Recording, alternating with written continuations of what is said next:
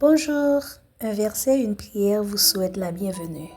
Une chaîne sur laquelle nous partageons un verset pour nourrir l'âme et une prière pour illuminer le cœur. Que la paix, la foi et la sagesse de Dieu vous accompagnent durant ces quelques minutes de méditation. Prenons un instant pour nous recentrer et écouter la parole divine. Notre verset d'aujourd'hui se trouve dans le 5e livre de l'Ancien Testament, Deutéronome, le chapitre 15, le verset 18.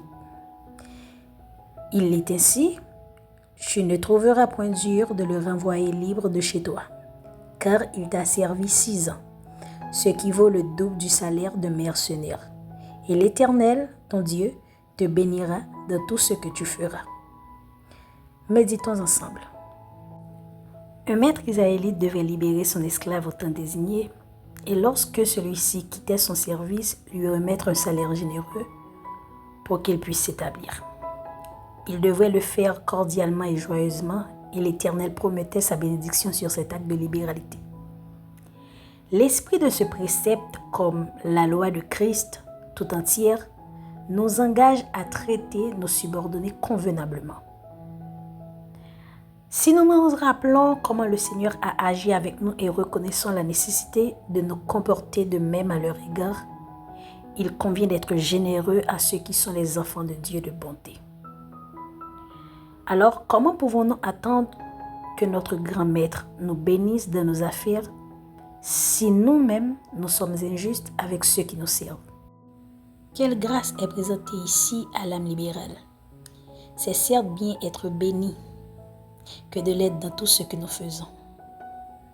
Le Seigneur nous dispensera cette grâce, soit en prospérité, soit en contentement d'esprit, soit par le sentiment de sa faveur, qui est bien la meilleure bénédiction. Il nous fera sentir que nous sommes l'objet de ses soins spéciaux et de son amour particulier. Notre vie, ici-bas, déjà sera ainsi un joyeux prélude de la vie à venir. La bénédiction de Dieu vaut plus qu'une fortune. C'est celle qui enrichit et il n'y joint aucun travail. Maintenant, prions ensemble.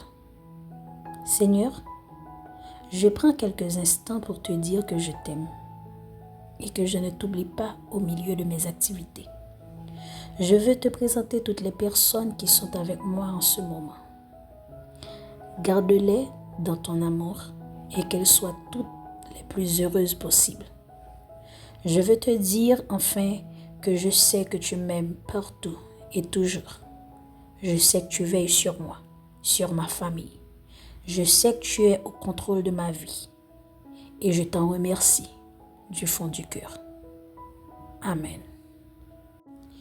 Merci d'avoir partagé ce moment de foi avec moi. Que ce verset et cette prière t'accompagnent tout au long de ta journée. N'oublie pas, la parole de Dieu éclaire nos pas, même dans l'obscurité. À très bientôt pour un nouveau message de paix, d'amour et d'espérance. Que Dieu te bénisse abondamment.